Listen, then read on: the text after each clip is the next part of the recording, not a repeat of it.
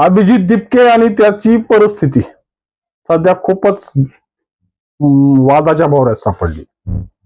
हे वाद खऱ्या अर्थानं त्यांनी जेव्हापासून ही सीजेपी पार्टी स्थापित केली तेव्हापासूनच खऱ्या अर्थानं त्याच्या नशिबी आलेत. परंतु खऱ्या अर्थानं ज्या पद्धतीनं आता तो या प्रशासनाच्या संदर्भात आपल्या भूमिका दाखवतोय आणि ज्या पद्धतीची परिस्थिती प्रशासनाची करण्याची त्याची इच्छा आहे ते अंगलट येण्याच्या परिस्थितीत दिसत आहे. कारण की अभिजित दिपकेचे कारनामे आणि अभिजित दिपकेचे ज्या संघटनात्मक ज्या बांधण्या आहेत ना त्याची आता पोलखोल होऊ लागलेली आहे. परंतु ही पोलखोल सध्या परिस्थितीनुसार घडवली जाते. त्यामुळं आजच्या परिस्थितीत ज्या पद्धतीने त्यांनी प्रशासनावर ज्या पद्धतीच्या भूमिका घेतल्यात आणि ज्या पद्धतीचे वाद सध्या त्यांनी आपल्या संभाजीनगरच्या राहत्या घराजवळ केलेत त्याच विश्लेषण करण्यासाठी आज मी तुमच्या समोर आहे. नमस्कार मित्रांनो, मी राजेश दुबे, मंथन मध्ये आपलं स्वागत आहे. म्हणतात ना, एखादा मोठा भाव झाला, एखादं मोठं आंदोलन झालं आणि त्याच्यातून जेव्हा उत्पन्न काय मिळतं तर त्याच्यातला आविर्भाव हा सगळ्यात मोठं उत्पन्न आहे. ते प्रत्येक ठिकाणी दिसलं. ते आम आदमी पार्टीत दिसलं, कारण की ही नवीन संकल्पना आहेत ना. मातीशी जोडलेली कार्यकर्ते या संदर्भात कधीच या पद्धतीचा परिस्थिती मांडत नाहीत. जेव्हा जेपीचं आंदोलन झालं आणि जेपीच्या आंदोलनामुळे सगळं सरकार उलथून पडलं तरीही त्यावेळेसच्या कार्यकर्त्यांमध्ये जी विनयता होती, जी एक आदरभाव होता आणि एक भूमिका होती. पण सध्या ज्या परिस्थितीत जे आंदोलनं झाली अण्णा आंदोलनाच्या नंतर त्यांच्यात परिस्थिती ही फार वेगळी दिसते. जसं काही दिवस दिल्लीच्या सत्ता केंद्रात राहणारी आम आदमी पार्टी आणि या आम आदमी पार्टीतून जन्मलेली ही सीजेपी वास्तविक स्वरूपात त्या दिवशी जस्टिस सूर्यकांतांच्या जिभेवर बहुतेक सरस्वती विराजमान झाली होती आणि त्यांनी ज्या टिप्पण्या केल्या त्या वास्तविक परिस्थितीत सार्थक होताना दिसत आहेत. आता अभिजित दिपके जेव्हापासून दिल्लीच्या आंदोलनाहून संभाजीनगरच्या राहत्या घरात आलाय, खऱ्या अर्थानं आता एवढा मोठा नेता म्हणलं की त्याची सुरक्षा वाढवणारच. कारण की त्याच्या सुरक्षेपेक्षा सरकारची सुरक्षा महत्वाची. कारण की उपद्रवी लोक आणि उपद्व्यापी परिस्थिती कशा पद्धतीने अंगलटील, कोण काय करेल याची कोणालाही शाश्वती नाही. त्यामुळं खऱ्या अर्थानं महाराष्ट्रात राहताना त्याला काही होऊ नये ही सगळी जबाबदारी आता सरकारची, शासनाची आहे. त्यामुळं शासनाने त्याला पोलीस सुरक्षा त्याच्या घराच्या आजूबाजूला तैनात केली. परंतु याचा आविर्भाव आता वेगळा झालाय. ही सगळी यंत्रणा पाहिली, ही परिस्थिती पाहिली आणि ज्या पद्धतीने जस काय हे पोलीस विभाग याच्या घरचं घरगडी ठेवलेले या पद्धतीने आता तो त्यांच्याशी वागू लागलाय. पोलिसांचा झालेला वाद चांगलाच चोहट्यावर आला आणि ज्या परिस्थितीत त्यांनी त्या सिनियर अधिकाऱ्याशी, जे अधिकारी त्याच्या वडिलाच्या वयाचे आहेत किंवा त्यापेक्षा जास्त असतील, त्यांच्यासोबत त्यांनी तो वाद घालण्याचा प्रयत्न केला, आपली गुर्मी दाखवण्याचा प्रयत्न केला. परंतु खऱ्या अर्थानं जेव्हा झाड मोठं होतं आणि जेव्हा झाड खऱ्या अर्थानं फळानं बहरतं तेव्हा तेवढंच झाड झुकलेलं असतं. मात्र अभिजितच्या बाबतीत हे दिसत नाही. त्यांनी ज्या पद्धतीने ही भूमिका मांडली आणि राहिला आता दिल्लीतला विषय.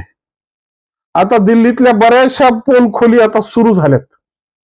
कायद्याच्या पटलावर या सगळ्या गोष्टी येत आहेत. त्याची जी काही जवळची टीम आहे तीही कायद्याच्या रडारावर आहे. कारण की हे सगळं सहज फसवणं नाहीये. त्यासाठी ती निष्पृहता लागते, संकल्प सिद्धी लागते. मात्र हे ज्या पद्धतीनं स्पॉन्सर करण्यात आलंय आणि ज्या पद्धतीच्या भावना निर्माण करून हे विषय योग्य ती वेळेची वाट बघत होतं, त्या पद्धतीच्या परिस्थित्या आता पटलावर येणं सुरू झालंय. लागलेत राष्ट्रभक्त, काही लागलेत माग आणि त्या राष्ट्रभक्तांनी चांगलाच याची रिसर्च पटलावर आणलंय. त्याच्यावर एक वेगळा व्हिडिओ करणारच आहे. चांगल्या पद्धतीने मांडणार आहे. पण ही जी परिस्थिती आणून सोडली आहे आणि ज्या पद्धतीच्या या कुटील कारवाया आणि ज्या ज्या पद्धतीची देशद्रोही शक्त्या ह्याच्यासोबत हात मिळवणी करून ज्या पद्धतीच्या परिस्थित्या आणण्याच्या मागा प्रेरित आहे असा आरोप लावला जातोय. हा आरोप सत्य किती आणि खोटा किती हे आता येणारी परिस्थिती ठरवेल. पण सध्या ज्या पद्धतीची अभिजितची भूमिका आहे आणि अभिजित हा म्हावरा आहे का अभिजित स्वतःहून या सगळ्या गोष्टीला हँडल करतोय हे आता कोड आहे. त्यांनी ते स्पष्ट करावं, कारण की येणारा काळ खूप खतरनाक आहे. आणि ज्या ज्या भूमिका पटलावर येत आहेत, जे जे लोक त्याच्या मागे लागलेत किंवा हे त्या लोकांच्या मागे लागले होते, त्या लोकांनी आता हे सगळं उघडं करायला सुरुवात केली. कारण की कसं असतं की जी परिस्थिती असते ती आपल्याला स्वतः लढावी लागते. जेव्हा या सगळ्या गोष्टीचा भ्रमजाळ तयार करून ज्या पद्धतीची बूस्टिंग करून ह्या पद्धतीचे मिलियन्स फॉलोअर्स गोळा करता येतात, पण जमिनीवरची लढाई आणि जमिनीवरची परिस्थिती हे दोन्ही सांभाळण्यासाठी ती मुरब्बीपणा लागतो, तेवढी ताकद लागते. मीडियामध्ये बाईट देऊन आणि मीडियामध्ये घोषणाबाजी करून या गोष्टी साध्य होत नाही.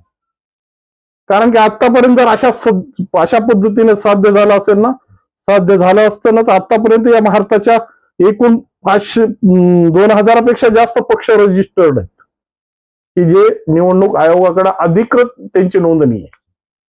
परंतु त्या पक्षांची परिस्थिती काय, त्या संघटनेची अवस्था काय, जगांची अवस्था झालेली आहे जगांची. फक्त त्या परिस्थितीला आपल्या परिस्थितीनुसार मांडायचं, मग त्या परिस्थितीतून भांडवल करून आपली उपजीविका निभवायची किंवा आपल्या सोबत असणाऱ्यांची उपजीविका उदरनिर्वाह चालवायचा आणि आपण नेते म्हणून मिरवायचं आपल्या विशिष्ट परिघापुरतं. अशा परिस्थितीत या संघटनेची आणि या पक्षांची परिस्थिती झालेली. त्यासाठी जी व्यापकता लागते, दूरदृष्टी लागते आणि कार्यकर्त्यांमध्ये जो विश्वास लागतो, तो विश्वास कमवणं गरजेचं आहे. आज सीजीपीची अवस्था काय झाली आज आम्ही आमच्या डोळ्यांनी बघतोय. कशा पद्धतीनं विरोधाचे स्वर यांच्याच कार्यकर्त्यांकडून केले जात आहेत आणि अभिजित दिपके कोणाकोणाला रिमूव्ह करतोय, कोणाकोणाची ग्रुप बंद करतोय, कोणाला उत्तर देत नाही, याचीही स्पष्ट आरोप आता मीडियावर मांडू लागलेत. कारण की मीडिया काय, मीडिया आहे ते दाखवणार, परिस्थिती मांडणार, ज्या पद्धतीने त्याची परिस्थिती मांडण्यासाठी आणि त्याची परिस्थिती सर्वांना दाखवण्यासाठी. पण ह्याच्यातले खूप काही असे मोठे सत्य बाहेर पडतायत.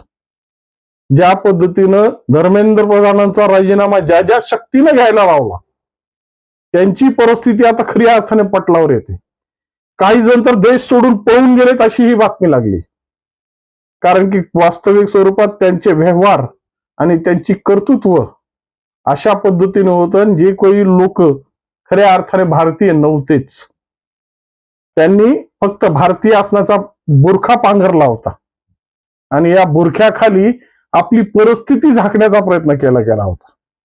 परंतु आता ते ससे मिरा आणि ज्या पद्धतीच्या भूमिका लागतायत, ज्या पद्धतीने त्यांची प्रत्येक गोष्ट ही स्क्रुटनी म्हणून तपासली जाते, त्यामुळं आता त्यांना भारतात राहणं शक्य नाहीये. कारण की भारताचे नागरिकच नाहीयेत तर भारतात राहणार कुठे. पण ह्याचा परिणाम ज्या युथने घेतला होता, ज्या झेंझीने घेतला होता, त्यांची ही डोळे उघड आहे, त्यांच्या डोळ्यात ही अंजन आहे. आपण विश्वास कुणावर ठेवतो? कारण की जे प्रदीर्घ चालणार आहे, जे शाश्वत आहे, त्या शाश्वत भूमिकेला सोडून मी म्हणत नाही तुम्ही कोणाचे समर्थक व्हा, कोणाची भूमिका मांडा. तुम्ही एक जागरूक असल्याची जी तुमच्याकडे जी जिवंतपणा आहे तो मांडण्याचा प्रयत्न करा. आंधळ्यापणे जर एखाद्याला कुणी मोठ्या पद्धतीने जर कुणी फॉलो करत असेल, ते इंस्टाग्रामवर असेल, एक्स हँडलवर असेल किंवा फेसबुकवर असेल, त्याला आंधळेपणे फॉलो करण्याचा प्रयत्न करू नका. कारण की काचेची परिस्थिती ही चमकणारी खूप असते, पण ते काचा जेव्हा पायाला घुसायला सुरुवात होतात ना, तेव्हा रक्तबंबाळपणा येतो बाहेर. आणि आपल्या शक्तीचा, आपल्या संकल्पनेचा, आपल्या परिस्थितीचा फायदा घेण्यासाठी अनेक जण टपलेले आहेत या जगामध्ये. त्यामुळं ज्या पद्धतीने नेपाळ, ज्या पद्धतीने बांगलादेश, त्यांच्या परिस्थित्या वेगळ्या होत्या. तिथली परिस्थिती, त्या परिस्थितीत खऱ्या अर्थानं या बांगलादेशची परिस्थिती तर निर्माण करण्यात आली. नेपाळचा जो भ्रष्टाचार बोकाळला होता, आणि जेव्हा सर्वसामान्य लोकांची हितं जर जेव्हा आयरणीवर ठेवली जातात, सर्वसामान्य माणसाला प्रत्येक गोष्टीपासून बाध्य केलं जातं, तेव्हा असा उद्रेक तयार होतो. पण भारतामध्ये ही गोष्ट कधीच होणार नाही, कारण की आमच्या परमपिता बाबासाहेबांनी जी काही भूमिका मांडली आहे, जी एक संविधान नावाची परिस्थिती आम्हाला जोडून दिली आहे, त्या परिस्थितीनुसार इंदिरा गांधींना सुद्धा जमलं नाही ते करायला. ते येणाऱ्यांना काय होणार आहे, कारण की त्यावेळेस सगळी आंधळी मंडळी होती. आज प्रत्येक जण जागरूक आहे, प्रत्येक जण जिवंत आहे, ज्वलंत आहे.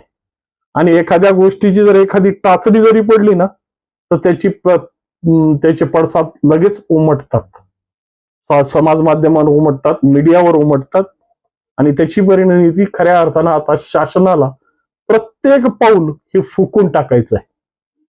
त्यामुळं आंधळ्या पद्धतीने वागू नका. तुमच्याकडे एवढं मोठं स्किल आहे, आणि या जगामध्ये सगळ्यात मोठं स्पिरिट भारताकडे आहे, हे सगळं जग मानतं. मग या स्पिरिटला कशा पद्धतीने वळवायचं आणि कशा पद्धतीने खेळणं बनवायचं, याचे प्रयोग अशा पद्धतीनं केले जातात. जस्टिस सूर्यकांतांनी जी काही भूमिका मांडली होती ती सहज नव्हती, कारण की चांगला स्वयंपाक करून, चांगला स्वयंपाक शिजवून जर त्याच्यात एखादं झुरळ पडलं किंवा झुरळाच्या परिस्थितीत ते स्वयंपाक अडकला, तर त्याचा कसा नाश होतो आणि ते कशा पद्धतीने वाया जातं ना, ही भूमिका मांडण्याचा प्रयत्न जस्टिस सूर्यकांतांचा होता. परंतु ही परिस्थिती समजण्यासाठी तेवढी प्रगल्भता लागेल, तेवढं तुम्हाला खालच्या जमिनीशी उतरावे लागेल. कारण प्रश्न विचारणं हा सगळ्यात मोठा समाधान नाही. सगळ्यात मोठी परिस्थिती ही असते की परिस्थिती समजून घेणं. तीच तुमच्यातली थोडी कमतरता बघून या लोकांनी तुमचा फायदा उचललाय. त्यामुळं आता तरी सतर्क राहा. खूप काही आता शिजणार आहे, आणि ज्या पद्धतीच्या या भूमिका आहेत ना, अजून किती जर पाया धूम ठोकणार आहेत ना, हे येणाऱ्या परिस्थितीत कळेल. त्यामुळं सध्या जो अभिजितचा प्रयोग आहे, त्याला पोलीस बॉईज संघटनेने चांगला फायलावर घेतलाय आणि त्याला थेट इशारा दिलाय, जर 2 दिवसात त्यांनी माफी मागितली नाही तर त्याच्या तोंडाला काळं फासण्याची त्यांनी भूमिका मांडली आहे. अशा पद्धतीने वडीलधाऱ्या माणसाच्या वयाच्या माणसांचा जर अशा पद्धतीने आविर्भावाने जर अपमान केला जात असेल, तर ही मंडळी आणि ही परिस्थिती कधीही सहन करणार नाही. त्यामुळं तुम्हाला याबद्दल काय वाटतं आणि तुमच्या भूमिका या संदर्भात काय, त्या निश्चित कॉमेंटच्या माध्यमातून मांडा. व्हिडिओ आवडला असेल तर लाईक, शेअर, सबस्क्राईब करायला विसरू नका. नमस्कार.